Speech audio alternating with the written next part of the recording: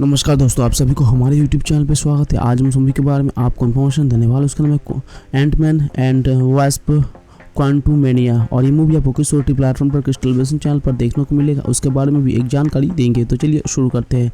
Ant-Man and the wasp Quantumania 2023 की America super hero film है जो मार्वलस कॉमिक्स के पर आधारित है, जिसमें कास्ट लेंगे एंटमैन बड़ा होप हीप वॉस के किरदार मार्शल स्टूडियो द्वारा निर्मित और Walt Disney studio motion pictures द्वारा वितरित। ये एंटमैन 2015 की एंटमैन एंड वॉप्स 2018 की अगली कड़ी है और मार्वल सिनेमैटिक यूनिवर्स USC में 33 के भी फिल्म है। इसे ब्रिटन रीड द्वारा निर्देशित किया गया था। वेव लवमैन द्वारा लिखित और पॉल वॉल्ड रूड ने कॉस्ट लोग के रूप में और कांग्रेस लिली के होप बेन वाइने के रूप में अभिनय किया। साथ ही जोनेफर मोर्जल, कैथरीन न्यूड और डेविड स्टम्बलचिन के कोटी रो ब्रायन ब्रियन जेक्स के हार्बर बेल मोरे सोलन भी थे। फिल्म में कोरी स्थॉल और माइकल डगलस। फिल्म में लेंग बेन डॉयन और उनके परिवार को गलती स्वयं को वायरे के लिए जाया जाता है। कंधे और कैंसर मेजर के खिलाफ उनका मानना होता है कि ट्रांसफॉर्मर फायरे की फोर्स से अपने दिनों के दौरान उन जेनेट बेन डॉयन का सपना कांग नामक एक निश्चित तीसरी तराई से होता है। वर्तमान समय में थानोस के खिलाफ सार्वजनिक की लड़ाई के बाद स्कॉट लोग एक सफल संस्करण बन गए हैं और अपनी प्रेमिका होप बेन डायने के साथ खुशी से रह रहे हैं। स्कॉट की अब किशोर बेटी कैसी एक राजनीतिक कार्यकर्ता बन गई है जो फिलिप से स्वाभित लोगों की मदद कर रहे होते हैं, जिसके परिणाम स्वरूप उसके अपने पिता के साथ तनावपूर्ण संबंध है। होप के माता पिता हैव किम के जेनेट के मिलने के दौरान किसी खुलासा किया है कि वो ऐसे उपकरण पर काम कर रहे होते हैं क्वांटम दायरे के साथ संपर्क स्थापित कर सकता है। ये जानते पर जेनेट घबरा जाते हैं और डिवाइन को जबरदस्ती बंद कर देते, लेकिन संदेह प्राप्त होता जाता है, जबकि परिणाम स्वरूप एक पोर्टल खुलासा के रूप में उनमें से 5 को क्वांटम के दायरे में ले जाता है। स्कॉट और कैसे को मूल निवासी मिलते हैं जो अपने शासक के खिलाफ विद्रोह कर रहे होते हैं, जबकि होप जेनेट फिर पीम उत्तर पाने के लिए एक विशाल दायरे का शासन रखते हैं। जेनेट पीएम की मुलाकात जेनेट से पूर्व सहयोग से होती है और बताते हैं कि उसके जाने के बाद उसे सीजे बदला गया है। वो और अब क्वांटम दायरे में एक शासन काम के लिए काम कर रहे होते हैं। तीनों को भागने की किलर का जहाज चुराने के लिए मजबूर होना पड़ता है। इस बीच ग्लेम्स को विद्रोही नेता जिंगटोरा ने बताया कि कंगा ने साथ जेनेट की भागीदारी अप्रत्यक्ष रूप से उसके सत्ता में आ जाने के लिए जिम्मेदार है। विद्रोही ने जल्द ही MODO के नेतृत्व में कंगा के सीनों में हमले की आगे जो डेरेंस फ्रांस के रूप में सामने आया, जो ट्रांसफर के साथ अपनी स्पष्ट मृत्यु से सब मचा दिया जाता है और जिसने पहले किसी का संदेश प्राप्त किया था। किलर के जहाज पर जेनेट ने होप और हीप के सामने कबूल किया कि वो गंगा से तब मिली थी जब वो पहले क्वांटम दायरे में थी। अपनी दावा की है कि वो और जेनेट दोनों क्वांटम दायरे से बच सकते हैं यदि वो अपनी मल्टीवर्स पावर को और की यूनिवर्स की मदद करे। जब वे अपनी मरम्मत करने के मायावर हो जाता है तो जेनेट ने कंग को संपूर्ण हाव के विजय का प्राप्त करने का नष्ट करने का एक दृश्य देख गंग ने खुलासा किया कि उसके साथियों ने उसे डर के कारण निरंकुश कर दिया, जिसके कारण जेनेट उनके खिलाफ हो गए। विजय जेनेट पावर को प्रयोग करने की बढ़ाने के लिए अपनी सिम पार्टिकल का उपयोग किया। कंग ने अपनी साथियों पुनः प्राप्त करने के लिए अंततः क्षेत्र में विजय प्राप्त कर ली। फ्रांस ने कंग को पास ले जाया जाता है जो मांग करता है कि कास्ट उसकी पावर को वापस पाने की मदद करने का था कैसे कि मार डालेगा। फिर कास्ट को कोर के स्थान पर ले जाता है और नीचे दिया जाता है। कार में उसे एक समुद्र तूफान का सामना करना पड़ता है, जिसके कारण वो सिर्फ खुद की प्रतियों की विभाजित हो जाता है, जिसमें वो लगभग विभूत हो जाता है। लेकिन होप आता है कि उसे पावर को हासिल करने में मदद करता है। हालांकि कांगा सऊदी के मुंह कूद गया है और जेनेट को MODO के साथ पकड़ लिया गया है। हेप के साथ उसके जहाज को नष्ट करता है अपनी चीटियों द्वारा बचाए जाने के बाद, जो तेजी से विकसित हुई और क्वांटम दायरे में खींचे जाने की अति बुद्धिमान बन गई है। पीम स्पॉट और हीप के मदद करना, क्योंकि वो कंग की और अपना रास्ता बनाने के किसी ने जनरल को बताया है कि उन्होंने कंग को उसके नेता सेना के खिलाफ विद्रोह शुरू किया है। लड़ाई के दौरान कैसी ने फ्रांस को पक्ष बदलाने की कंग को उससे लड़ने के लिए मना लिया, जिससे अंततः उसे अपने जीवन का बलिदान देना पड़ा। जेनेट पावर को ठीक करती है क्योंकि वो सिम होप के कैसी एक पोर्टल होम से कूदती है। कंग को आखिरी मिनट में ट्रांसफर पर हमला किया, जिससे उससे पहले कि वो कॉस्ट को हरा दे सके वो सीम के स्टॉक के होप की घर वापसी के लिए पोर्टल फिर से खोल दिया।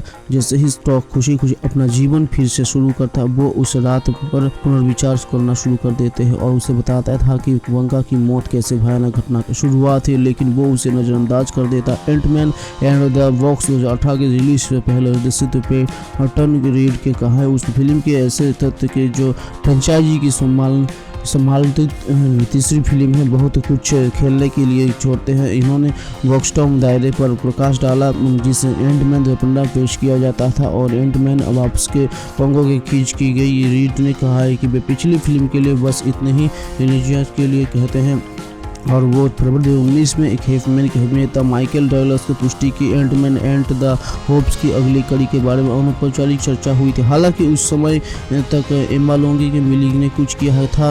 एंटमैन एंड गोम 2019 में इनकी भूमिका में बाद में उसके चरित्र होप बैन फर्स्ट के लिए कोई योजना नहीं थी। लेली ने कहा है कि होप अभी भी यात्रा पर है, मुझे नहीं लगता है कि यात्रा के सभी मुद्दे तक खत्म होगी। उस अक्टूबर में रिलीज बिफोर की अगली कड़ी में जीनेट बेन डायने की भूमिका निभाने के लिए व्यक्त की थी।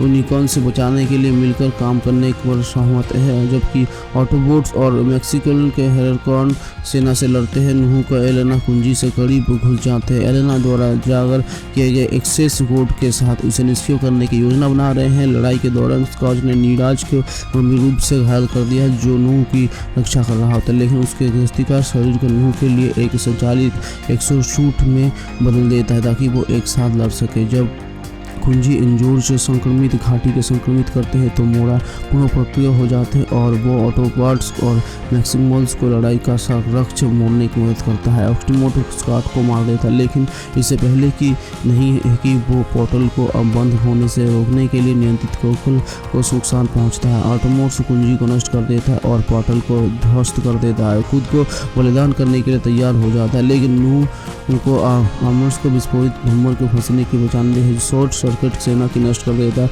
इसके बाद ऑटोबॉट्स जो अब साइटोन लौटने के असमर्थ पृथ्वी का अपना नया घर घोषित करते हैं और मैक्सिमोलन के साथ इसका रक्षा जारी रखने की कसम खाते हैं कि खोज के लिए एलेना को मान्यता मेलिफेरू के मंदिर जबकि नूह के एक संचित नौकरी के लिए एक संरक्षक के भाग लेता है, लेकिन पता है कि उसे वास्तव में गुप्त सेना संगठन की जीआई में शामिल होने के लिए आमंत्रित किया जा रहा है जो इसको उनकी स्वास्थ्य देखभाल कर रहा होता है। दिसंबर 2018 में जब ट्रांसफॉर्मर फ्रेंचाइज के भविष्य के बारे में पूछा गया तो निर्माता लॉरेंजो ने मेनोगुरा के कहा है कि वो बड़ी ट्रांसफॉर्मर फिल्म का निर्माण किया जाएगा और ये हमारी जो फिल्म उसमें अलग होगी। इसमें पहले ही है इन्होंने इस प्रक्रिया को एक निकास के रूप में निबंधित करते हुए कहा है कि इसमें उत्तेजित करने की अधिक स्वतंत्रता है और इसके बाद क्या कर नहीं सकते हैं। उस वर्ष बम्बलम्बी की सफलता के बाद उन्होंने कहा कि फिल्म में प्रेरित होकर श्रृंखला में स्वर और शोली के कुछ बदलाव किए जाएंगे। बम्बलम्बी के निर्देशक ट्रेविस नाइट के कहा है कि उसका लक्ष्य अपने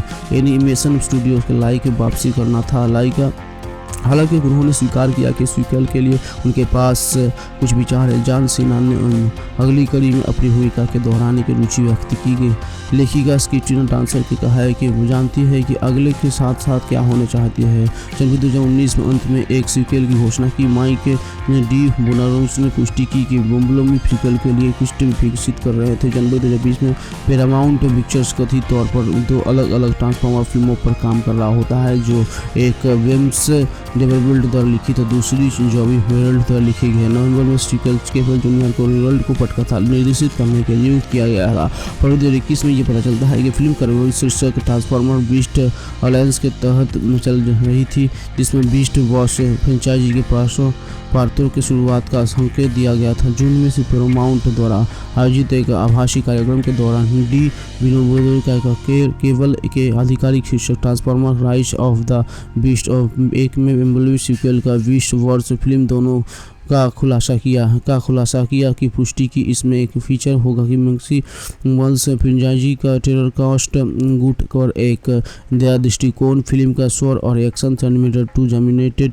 डे 21 में से काफ़ी प्रभावित था। बेड़ा खान की घोषणा के बावजूद तैयार फिल्म में ऐसा कई सदस्य निहाई नहीं थे। अगर अप्रैल 2023 में एक साक्षात्कार में डी विनोद बेदुरा ने कहा कि फिल्म की कहानी में 2007 की फिल्म से पहले ऑस्टिमेटर प्राइम के लिए एक चरित्र आर्क होगा जो उनकी शीर्षक फिल्म के मूलम्बी के साथ होगा। इसमें फेबल न कहा 2007 की फिल्म की घटनाओं के संचित किया जाएगा, लेकिन ये भी कहा कि शेड्यूल होगी और आखिरकार आपको बस इतना जानना होगा कि वे साइड टर्न के वापस आने की कोशिश कर रहे हैं। अप्रैल 2021 में इतनी हाउस में फिल्म को मुख्य भूमिका में लिए चुना गया था। इस महीने के अंत में एमिनोस में सभी के को रोमांस के साथ लगा गया था।